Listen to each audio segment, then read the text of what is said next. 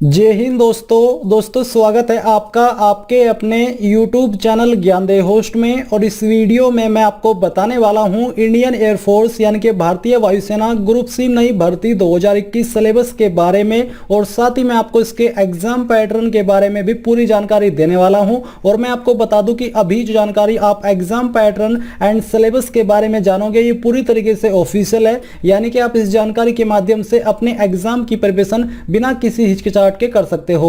तो चलिए दोस्तों शुरू करते हैं। दोस्तों यहां पर जानकारी देने से पहले मैं आपसे कहना चाहूंगा कि अगर आपने अभी तक हमारे चैनल ज्ञानदेव होस्ट को सब्सक्राइब नहीं किया तो कर लीजिए और बेल आइकन को ऑन कर दीजिए, क्योंकि यहां पर आपको उसी के माध्यम से लेटेस्ट वीडियो के नोटिफिकेशन मिल पाएंगे। और इस भर्ती के बारे में जब तक ये कंप्लीट नहीं हो जाती मैं आपके लिए अपडेट की वीडियो लेकर के आता रहूंगा। इसके अलावा आप इस वीडियो को लाइक कर दीजिए, क्योंकि आपके एक लाइक करने से मुझे काफी सारा मोटिवेशन एंड सपोर्ट मिलता है, जिससे कि मुझे और भी ज्यादा आपके लिए प्रकार की वीडियो बनाने की मोटिवेशन मिलती रहती है। और इस वीडियो के अंदर यहां पर हम 200 लाइक का टारगेट रखते हैं। मुझे उम्मीद है आप इसको जल्दी पूरा कर दोगे। अब चलिए बात करते हैं इसके सिलेबस के बारे में। तो ये आपका ऑफिशियल नोटिफिकेशन है जो कि इंडियन एयरफोर्स की तरफ से जारी किया गया, आप यहां पर वीडियो में देख सकते हो। और इसी नोटिफिकेशन में आपको यहां पर नीचे की तरफ मोड ऑफ सिलेक्शन के बारे में जानकारी जानने को मिल पा रही है। तो इसमें दोस्तों जितनी भी पोस्ट निकाली है उन पर जो तरीका रहेगा आपका सिलेक्शन का, उसमें क्या होगा, जो आप लोग फॉर्म को सेंड करेंगे पहले उसको चेक किया जाएगा, उसमें आपकी जो क्वालिफिकेशन है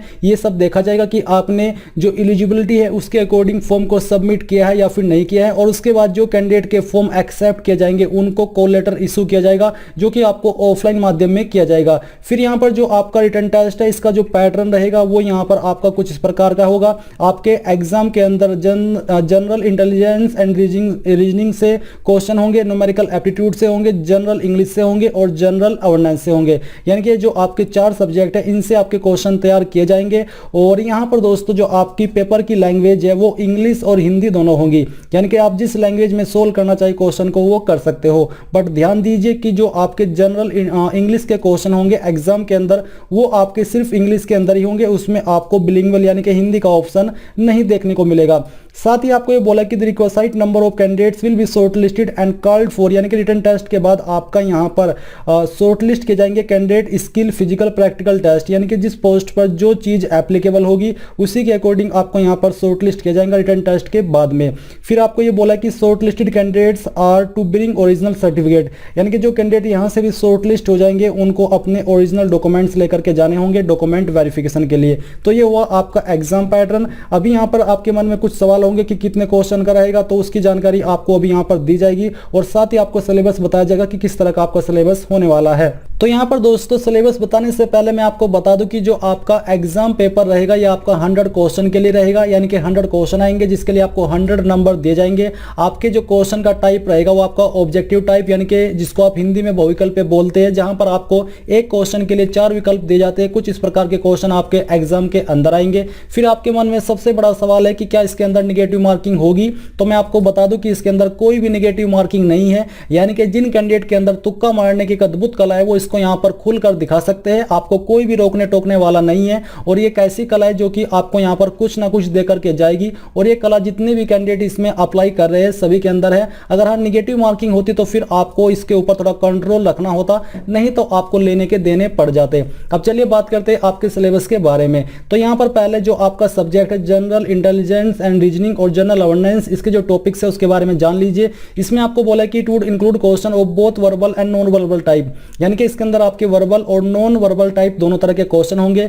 और जो आपका फोकस रहेगा टॉपिक्स के ऊपर इस सब्जेक्ट के अंदर या इन सब्जेक्ट के अंदर वो आपका analogies, similarities and differences, speech visualisations, problem solving, analysis, judgement, decision making, visual memory, discriminating observations, relationship concept, verbal and figure classification, arithmetical number series, non verbal series. साथ ही आपको बोले कि the test will also include question design to the test the candidates abilities. Basically यहां से जो start होती है जानकारी ये आपकी जनरल अवेयरनेस के बारे में होती है। यहां पर बेसिकली जनरल अवेयरनेस का जो सिलेबस होता है उसमें ये कहा जाता है कि इसमें जो कैंडिडेट है उसकी एबिलिटी को देखा जाता है कि वो अपने आसपास के इन्वायरमेंट को कैसे देखता है, कैसे उन चीजों को परखता है। और इसमें कुछ ऐसे टॉपिक से आपके क्वेश्चन होते हैं कि उनके लिए अगर आपने स्पेशल स्टडी नहीं भी किए तो आप तब भी इस सब्जेक्ट के क्वेश्चन सोल्व कर सकते हैं। वो इसलिए क्योंकि आपको जो पिछले आपके 5-6 महीने के अंदर घटा है करंट अफेयर्स उसको पढ़ना होता है। न्यूज के ऊपर आपको नजर बना करके रखनी होती है कि क्या कुछ ऐसा हुआ है जो कि नोटिसेबल है और वो आपसे पूछा जा सकता है।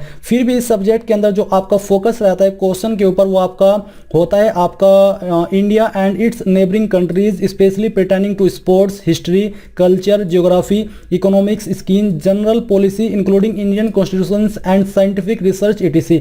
साथ ही आप देखोगे कि सिलेबस के अंदर आपको बोले कि these question will be such that they do not require special study of any discipline, यानी कि इन सब्जेक्ट के अंदर या इन टॉपिक्स के अंदर जो क्वेश्चन होते हैं वो ऐसे होते हैं जो आपको ये रिक्वायर नहीं करते कि इसके लिए आपको स्पेशल स्टडी करनी है। ये ऑटोमेटिकली जो आपकी एक सोशल मीडिया के ऊपर नज़र होती है या फिर आसपास क्या घट रहा है उसके ऊपर नज़र होती है, तब भी आप इस सब्जेक्ट को अच्छे से क्लियर कर पाते हो। फिर दोस्तों यहाँ पर आपका अगला सब्जेक्ट है न्यूमेरिकल एप्टीट्यूड का।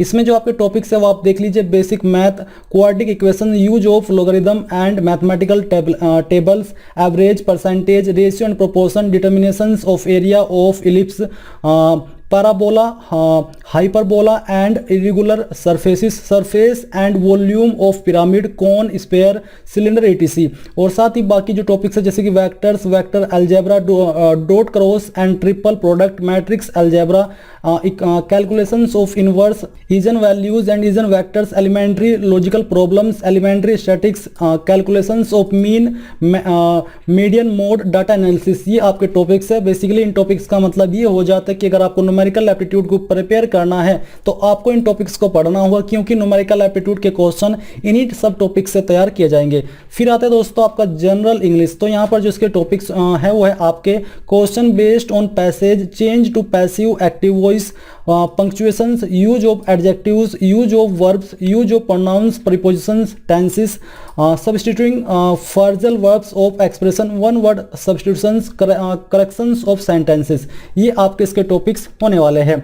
फिर जो आपका स्किल प्रैक्टिकल फिजिकल टेस्ट है, इसमें आपको बोला कि in this exam the physical fitness will be major, यानी कि जो आपकी फिजिकल फिटनेस है वो होनी चाहिए और बेसिकली ये इसमें टेस्ट की जाएंगे। इसमें कोई वैसा फिजिकल नहीं है कि आपको दौड़ लगानी है, कुछ भी दौड़ से रिलेटेड इसके अंदर आपका नहीं होने वाला है, यानी कि सभी में आपकी सिर्फ एक नॉर्मल फिजिकलिटी ही चेक की जाएगी और बस यही आपका पूरा एग्जाम पैटर्न है और इसी के आधार पर आपका इसमें सिलेक्शन किया जाएगा। आई होप यहाँ पर आपको सब चीज़ें क्लियर हो गई होगी। अगर आपका कोई सवाल कोई डाउट रह गया है तो आप कमेंट के माध्यम से पूछ सकते हैं, मैं कोशिश करूंगा कि जितना जल्दी हो सके आपको आंसर कर सकूं।